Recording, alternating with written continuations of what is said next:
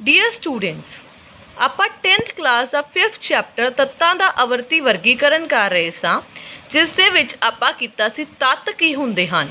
ਇੱਕੋ ਪ੍ਰਕਾਰ ਦੇ ਪਰਮਾਣੂਆਂ ਦੇ ਸਮੂਹ ਨੂੰ ਆਪਾਂ ਤੱਤ ਕਹਿੰਦੇ ਹਾਂ।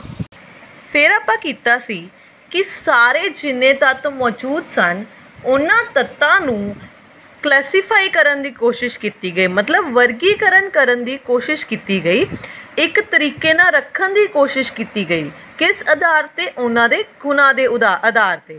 तो बच्चों वक्रे वक्रे साइंटिस्ट ने कोशिश की अपने तरीके दे नाल कि जिन्ने मौजूद तत्त सी उन्हां सारिਆਂ ਨੂੰ एक तरतीब दे विच रखिया जाए। तो डोबरनियर की तिकड़ी बारे आपां कीता सी। डोबरनियर एक विग्यानी सन जिन्हां ने तीन तीन तत्तां दीयां तिकड़ियां बनाईयां सी।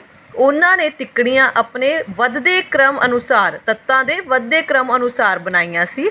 उन्हां ने कहा कि ਜਿਹੜੇ ਤਿੰਨ ਤੱਤ ਮੈਂ ਲਏ ਹਨ ਉਹਨਾਂ ਵਿੱਚੋਂ ਅਗਰ ਪਹਿਲੇ ਅਤੇ ਤੀਸਰੇ ਤੱਤ ਦੇ ਪਰਮਾਣੂ ਪੁੰਜ ਨੂੰ ਅਗਰ ਆਪਾਂ ਐਡ ਕਰੀਏ ਅਤੇ ਉਸ ਦਾ ਮੱਧਮਾਨ ਕਰਦੇ ਹਾਂ ਤਾਂ ਵਿੱਚ ਵਾਲੇ ਤੱਤ ਦੇ ਪਰਮਾਣੂ ਪੁੰਜ ਦੇ ਬਰਾਬਰ ਆਉਂਦਾ ਹੈ। ਤਾਂ ਉਹਨਾਂ ਦੀ ਤਿਕੜੀ ਦੇ ਵਿੱਚ, ਡੋਬਰਨੀਅਰ ਦੀ ਤਿਕੜੀ ਦੇ ਵਿੱਚ ਕੁਝ ਖਾਮੀਆਂ ਦੇਖੀਆਂ ਗਈਆਂ ਕਿ ਇਹ ਸਾਰੇ ਤੱਤਾਂ ਤੱਕ ਇਹ ਚੀਜ਼ ਪੋਸੀਬਲ ਨਹੀਂ ਸੀ। ਇਹਦੇ ਨਾਲ ਸਿਰਫ ਤਿੰਨ ਹੀ ਤਿਕੜੀਆਂ ਬਣੀਆਂ। ਤਾਂ ਡੋਬਰਨੀਅਰ ਦੀ ਤਿਕੜੀ ਤੋਂ ਬਾਅਦ ਆਪਾਂ ਨੈਕਸਟ ਕੀਤਾ ਹੈ ਨਿਊਲੈਂਡ ਦਾ ਅਸ਼ਟਕ ਸਿਧਾਂਤ। ਫਿਰ ਦੇਖਿਆ ਗਿਆ ਨਿਊਲੈਂਡ ਨੇ ਕੀ ਕੀਤਾ ਸੀ, ਉਹਨਾਂ ਨੇ ਵੀ ਵੱਧਦੇ ਪਰਮਾਣੂ ਪੁੰਜ ਨੂੰ ਆਧਾਰ ਲੈ ਕੇ ਤੱਤ ਰੱਖੇ ਸੀ। ਉਹਨਾਂ ਨੇ ਦੇਖਿਆ ਕਿ ਹਰ 8ਵੇਂ ਤੱਤ ਦੇ ਗੁਣ ਪਹਿਲੇ ਤੱਤ ਦੇ ਗੁਣਾਂ ਦੇ ਨਾਲ ਮਿਲਦੇ ਸਨ। ਤਾਂ ਉਹਨਾਂ ਨੇ ਕਿਹਾ ਕਿ ਕੰਪੈਰੀਜ਼ਨ ਕੀਤਾ ਕਿ ਇਹ ਸੰਗੀਤ ਦੇ ਅਸ਼ਟਕ ਸਿਧਾਂਤ ਵਰਗਾ ਹੈ। ਜਿਵੇਂ ਸੰਗੀਤ ਦੇ ਵਿੱਚ ਹਰ 8ਵਾਂ ਜਿਹੜਾ ਆਉਂਦਾ ਹੈ ਉਹ ਪਹਿਲੇ ਦੇ ਨਾਲ ਅੱਖਰ ਨਾਲ ਮਿਲਦਾ ਹੈ, ਤਾਂ ਉਸੇ ਤਰ੍ਹਾਂ ਹਰ 8ਵੇਂ ਤੱਤ ਦੇ ਗੁਣ ਪਹਿਲੇ ਤੱਤ ਦੇ ਗੁਣ ਨਾਲ ਮਿਲਦੇ ਹਨ। ਪਰ ਇਹਨਾਂ ਦੇ ਸਿਧਾਂਤ ਦੀਆਂ ਵੀ ਕੁਝ ਤਰੁੱਟੀਆਂ ਸਨ, ਜਿਵੇਂ ਕਿ ਇਹਨਾਂ ਦਾ ਸਿਧਾਂਤ ਕੇਵਲ ਕੈਲਸ਼ੀਅਮ ਤੱਕ ਹੀ ਪੋਸੀਬਲ ਸੀ। ਉਸ ਸਮੇਂ ਸਿਰਫ 56 ਤੱਤ ਸਨ। ਥਰਡ ਸੀਗਾ ਕਿ ਉਹਨਾਂ ਨੇ ਕੁਝ ਅਸਮਾਨ ਤੱਤਾਂ ਨੂੰ ਜਾਂ ਜਿਨ੍ਹਾਂ ਦੇ ਘੱਟ ਰਲਦੇ ਸੀ ਇਹਨਾਂ ਦੇ ਗੁਣ, ਉਹਨਾਂ ਨੂੰ ਇੱਕੋ ਕੈਟੇਗਰੀ ਦੇ ਵਿੱਚ ਇੱਕੇ ਜਗ੍ਹਾ 'ਤੇ ਰੱਖ ਦਿੱਤਾ ਸੀ। ਹੋਰ ਉਹਨਾਂ ਨੇ ਕੁਝ ਤੱਤ ਸੀ ਜਿਵੇਂ ਕਿ ਆਇਰਨ, ਉਹਨਾਂ ਨੂੰ ਇੱਕੋ ਜਿਹੇ ਤੱਤਾਂ ਤੋਂ ਦੂਰ ਰੱਖ ਦਿੱਤਾ। ਤਾਂ ਇਹ ਸਿਰਫ ਹਲਕੇ ਤੱਤਾਂ ਲਈ ਹੀ ਪੋਸੀਬਲ ਸੀ। ਤਾਂ ਉਸ ਤੋਂ ਬਾਅਦ ਮੈਂਡਲੀਵ ਬਾਰੇ ਆਪਾਂ ਕਰਨਾ ਹੈ ਅੱਜ ਕਿ ਮੈਂਡਲੀਵ ਦੀ ਆਵਰਤੀ ਸਾਰਣੀ ਕੀ ਹੈ। ਮੈਂਡਲੀਵ ਵੀ ਇੱਕ ਵਿਗਿਆਨੀ ਸਨ ਜਿਨ੍ਹਾਂ ਦਾ ਪੂਰਾ ਨਾਮ ਡਿਮਿਤਰੀ ਇਵਾਨੋਵਿਚ ਮੈਂਡਲੀਵ ਹੈ। ਉਹਨਾਂ ਨੂੰ ਆਪਾਂ ਮੇਨ ਕ੍ਰੈਡਿਟ ਦਿੰਦੇ ਹਾਂ ਪੀਰੀਓਡਿਕ ਟੇਬਲ ਜਾਂ ਆਵਰਤੀ ਸਾਰਣੀ ਦਾ। ਤਾਂ ਮੇਨ ਜਿਹੜਾ ਆਵਰਤੀ ਸਾਰਣੀ ਸੀ ਉਹ ਇਹਨਾਂ ਦੇ ਸਿਧਾਂਤ ਦੇ ਉੱਤੇ ਬਣੀ ਸੀ। ਇਹਨਾਂ ਨੇ ਆਧਾਰ ਲਿਆ ਸੀ ਪਰਮਾਣੂ ਪੁੰਜ ਨੂੰ। ਉਹ ਕਹਿੰਦੇ ਪਰਮਾਣੂ ਪੁੰਜ ਅਤੇ ਰਸਾਇਣਿਕ ਗੁਣ ਜਿਹੜੇ ਸਨ ਇਹਨਾਂ ਦੋਨਾਂ ਨੂੰ ਆਧਾਰ ਲੈ ਕੇ ਇਹਨਾਂ ਨੇ ਇੱਕ ਟੇਬਲ ਤਿਆਰ ਕੀਤਾ ਸੀ। ਤਾਂ ਉਸ ਸਮੇਂ ਜਦੋਂ ਉਹਨਾਂ ਨੇ ਆਪਣੀ ਆਵਰਤੀ ਸਾਰਣੀ ਬਣਾਈ ਤਾਂ 63 ਤੱਤ ਮੌਜੂਦ ਸਨ। ਉਹਨਾਂ ਨੇ ਸਟਾਰਟਿੰਗ ਕੀਤੀ ਹਾਈਡਰੋਜਨ ਤੋਂ। ਤਾਂ ਉਹਨਾਂ ਨੇ ਹਾਈਡਰੋਜਨ ਅਤੇ ਆਕਸੀਜਨ ਨਾਲ ਬਣਨ ਵਾਲੇ ਇਲੈਕਟ੍ਰੋਨ ਯੌਗਿਕਾਂ ਉੱਪਰ ਵਿਸ਼ੇਸ਼ ਧਿਆਨ ਦਿੱਤਾ। ਤਾਂ ਉਹਨਾਂ ਨੇ ਹਾਈਡਰੋਜਨ ਨਾਲ ਕੀ ਰਲ ਕੇ ਬਣਦੇ ਆ ਤੱਤ, ਹਾਈਡਰੋਜਨ ਨਾਲ ਮਿਲ ਕੇ ਤੱਤ ਹਾਈਡਰਾਈਡ ਬਣਾਉਂਦੇ ਹਨ ਅਤੇ ਆਕਸੀਜਨ ਨਾਲ ਮਿਲ ਕੇ ਤੱਤ ਆਕਸਾਈਡਸ ਬਣਾਉਂਦੇ ਹਨ। ਉਹਨਾਂ ਨੇ ਤੱਤਾਂ ਦੇ ਆਕਸਾਈਡਸ ਅਤੇ ਹਾਈਡਰੋਕਸਾਈਡਸ ਜਾਂ ਹਾਈਡਰਾਈਡਸ ਲੈ ਕੇ ਉਹਨਾਂ ਨੇ ਇਹਨਾਂ ਤੱਤਾਂ ਨੂੰ ਵਰਗੀਕ੍ਰਿਤ ਕੀਤਾ। ਉਸ ਸਮੇਂ 63 ਤੱਤ ਮੌਜੂਦ ਸਨ। ਉਹਨਾਂ ਨੇ ਕੀ ਕੀਤਾ, ਛੋਟੇ ਛੋਟੇ ਕਾਰਡਸ ਲੈ ਲਏ, 63 ਕਾਰਡ ਲਏ।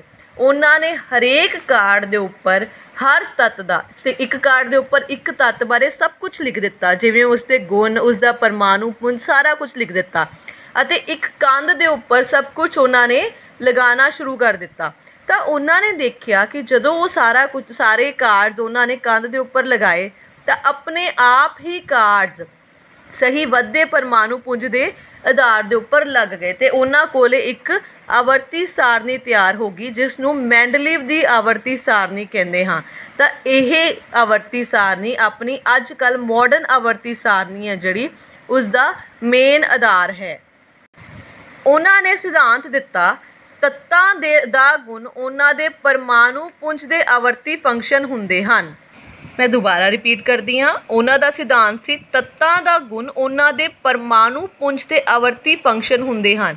ਯਾਨੀ ਕਿ ਜਿਹੜੇ ਤੱਤ ਹਨ ਉਹਨਾਂ ਦੇ ਆਵਰਤੀ ਫੰਕਸ਼ਨ 'ਤੇ ਨਿਰਭਰ, ਤੱਤ ਜਿਹੜੇ ਹਨ ਉਹਨਾਂ ਦੇ ਪਰਮਾਣੂ ਪੁੰਜ 'ਤੇ ਸਾਰਾ ਦਾ ਸਾਰਾ ਨਿਰਭਰ ਕਰਦਾ ਹੈ। ਤਾਂ ਉਹਨਾਂ ਨੇ ਲੰਬਾਤਮਕ ਕਾਲਮ ਉਹਨਾਂ ਦੇ ਆਵਰਤੀ ਸਾਰਣੀ ਦੇ ਵਿੱਚ ਸੀ, ਜਿਸ ਨੂੰ ਉਹਨਾਂ ਨੇ ਗਰੁੱਪ ਕਿਹਾ। ਖਿਤਜੀ ਕਤਾਰਾਂ ਜਿਹੜੀਆਂ ਸਨ ਉਹਨਾਂ ਨੂੰ ਉਹਨਾਂ ਨੇ ਪੀਰੀਅਡ ਕਿਹਾ। ਤਾਂ ਪ੍ਰਾਪਤੀਆਂ ਹੁਣ ਇਹਨਾਂ ਦੀ ਆਪਾਂ ਕਰਾਂਗੇ। ਤਾਂ ਪਰਮਾਣੂ ਉਹਨਾਂ ਨੇ ਕੀ ਕੀਤਾ ਸੀ ਕਿ ਕੁਝ ਪਰਮਾਣੂ ਪੁੰਜ ਜਿਹੜੇ ਸੀਗੇ ਤੱਤਾਂ ਦੇ ਵੱਧ ਪਰਮਾਣੂ ਪੁੰਜ ਵਾਲਿਆਂ ਨੂੰ ਅੱਗੇ ਰੱਖ ਦਿੱਤਾ ਸੀ ਘੱਟ ਪਰਮਾਣੂ ਪੁੰਜ ਵਾਲਿਆਂ ਨਾਲੋਂ, ਕਿਉਂਕਿ ਉਹਨਾਂ ਦੇ ਗੁਣ ਉਸ ਹਿਸਾਬ ਦੇ ਨਾਲ ਸਨ। ਤਾਂ ਉਹਨਾਂ ਨੇ ਜਿਵੇਂ ਕਿ ਕੋਬਾਲਟ ਹੈ ਅਤੇ ਨਿਕਲ ਹੈ, ਕੋਬਾਲਟ ਦਾ ਪਰਮਾਣੂ ਪੁੰਜ 58.9 ਹੈ, ਨਿਕਲ ਦਾ 58.7 ਹੈ। ਤਾਂ ਕੋਬਾਲਟ ਨੂੰ ਨਿਕਲ ਤੋਂ ਪਹਿਲਾਂ ਰੱਖ ਦਿੱਤਾ। ਸੈਕਿੰਡ ਚੀਜ਼ ਆਪਾਂ ਕਹਿੰਦੇ ਹਾਂ, ਪਰ ਇਹ ਇਹਨਾਂ ਦੀਆਂ ਖਾਮੀਆਂ ਦੇ ਵਿੱਚ ਨਹੀਂ ਲਿਆ ਗਿਆ। ਉਹਨਾਂ ਨੇ ਇਸ ਆਵਰਤੀ ਸਾਰਣੀ ਦੇ ਵਿੱਚ ਕੁਝ ਖਾਲੀ ਥਾਵਾਂ ਛੱਡੀਆਂ। ਉਹਨਾਂ ਨੇ ਕਿਹਾ ਕਿ ਕੁਝ ਹੋਰ ਤੱਤ ਜਿਹੜੇ ਕਿ ਇਸ ਸਮੇਂ ਮੌਜੂਦ ਨਹੀਂ ਹਨ ਉਹ ਆਉਣਗੇ, ਆਪਾਂ ਨੂੰ ਮਿਲਣਗੇ, ਆਪਾਂ ਉਸ ਸਮੇਂ ਇਹਨਾਂ ਤੱਤਾਂ ਨੂੰ ਇਸ ਆਵਰਤੀ ਸਾਰਣੀ ਦੇ ਵਿੱਚ ਰੱਖ ਸਕਦੇ ਹਾਂ। ਤਾਂ ਕੁਝ ਖਾਲੀ ਥਾਵਾਂ ਛੱਡੀਆਂ ਗਈਆਂ। ਫਿਰ ਉਹਨਾਂ ਨੇ ਨੋਬਲ ਗੈਸਾਂ ਉਸ ਸਮੇਂ ਮੌਜੂਦ ਨਹੀਂ ਸੀਗੀਆਂ। ਤਾਂ ਉਹਨਾਂ ਨੇ ਜਦੋਂ ਨੋਬਲ ਗੈਸਾਂ ਬਾਅਦ ਦੇ ਵਿੱਚ ਆਈਆਂ, ਨੋਬਲ ਗੈਸਾਂ ਬਾਰੇ ਪਤਾ ਲੱਗਿਆ, ਤਾਂ ਉਹਨਾਂ ਨੂੰ ਉਹਨਾਂ ਦੇ ਬਿਨਾਂ ਛੇੜਛਾੜ ਕੀਤੇ ਆਵਰਤੀ ਸਾਰਣੀ ਨੂੰ ਉਹਨਾਂ ਦਾ ਇੱਕ ਵੱਖਰਾ ਗਰੁੱਪ ਬਣਾ ਦਿੱਤਾ ਗਿਆ। ਤਾਂ ਉਹਨਾਂ ਨੇ ਇਹ ਜਿਹੜੇ ਪੁਆਇੰਟ ਸੀਗੇ, ਪ੍ਰਾਪਤੀਆਂ ਸਨ, ਇਹਨਾਂ ਨੂੰ ਆਧਾਰ ਬਣਾ ਕੇ ਆਪਣਾ ਪੀਰੀਓਡਿਕ ਟੇਬਲ ਬਣਾਇਆ ਸੀ ਜਾਂ ਆਵਰਤੀ ਸਾਰਣੀ ਬਣਾਈ ਸੀ। ਪਰ ਇਹਨਾਂ ਦੀਆਂ ਆਵਰਤੀ ਸਾਰਣੀ ਦੇ ਵਿੱਚ ਵੀ ਕੁਝ ਖਾਮੀਆਂ ਸਨ, ਜਿਵੇਂ ਕਿ ਹਾਈਡਰੋਜਨ ਨੂੰ ਨਿਸ਼ਚਿਤ ਥਾਂ ਹੀ ਨਹੀਂ ਦਿੱਤੀ ਗਈ। ਦੂਸਰੀ ਸੀਗੀ ਤੱਤਾਂ ਦੇ ਸਮਸਥਾਨਕਾਂ ਦੀ ਖੋਜ ਕਾਫੀ ਸਮੇਂ ਬਾਅਦ ਹੋਈ, ਕਿਉਂਕਿ ਉਸ ਸਮੇਂ ਸਮਸਥਾਨਕ ਨਹੀਂ ਸਨ। ਹੁਣ ਆਪਾਂ ਸਮਸਥਾਨਕ ਕਰਦੇ ਹਾਂ। ਸਮਸਥਾਨਕ ਕੀ ਹੁੰਦੇ ਹਨ? ਉਹ ਜਿਨ੍ਹਾਂ ਦੇ ਰਸਾਇਣਿਕ ਗੁਣ ਸਮਾਨ ਹੁੰਦੇ ਹਨ ਪਰ ਪਰਮਾਣੂ ਪੁੰਜ ਭਿੰਨ ਹੁੰਦੇ ਹਨ। ਜਿਵੇਂ ਕਿ ਤੁਸੀਂ ਐਗਜ਼ਾਮਪਲ ਦੇਖ ਸਕਦੇ ਹੋ, ਕਲੋਰੀਨ Cl35 ਅਤੇ Cl37, ਇਹਨਾਂ ਦੇ ਪਰਮਾਣੂ ਪੁੰਜ ਵੱਖਰੇ ਵੱਖਰੇ ਹਨ ਪਰ ਰਸਾਇਣਿਕ ਗੁਣ ਸਮਾਨ ਹਨ। ਤਾਂ ਇਹ ਸਮਸਥਾਨਕਾਂ ਦੀ ਖੋਜ ਉਸ ਸਮੇਂ ਨਹੀਂ ਹੋਈ ਸੀ। ਫਿਰ ਪਰਮਾਣੂ ਪੁੰਜ ਨਿਯਮਿਤ ਰੂਪ ਨਾਲ ਨਹੀਂ ਵੱਧਦੇ ਸਨ। ਤਾਂ ਇਸ ਨੂੰ ਇਸ ਦੀ ਖਾਮੀਆਂ ਦੇ ਵਿੱਚ ਵੀ ਕੰਸੀਡਰ ਕੀਤਾ ਜਾ ਸਕਦਾ ਸੀ। ਹੁਣ ਜਿਸ ਦੇ ਆਧਾਰ 'ਤੇ ਅਗਲਾ ਆਪਣੇ ਕੋਲੇ ਆਵਰਤੀ ਸਾਰਣੀ ਜਾਂ ਮਾਡਰਨ ਪੀਰੀਓਡਿਕ ਟੇਬਲ ਬਣਾਇਆ ਗਿਆ।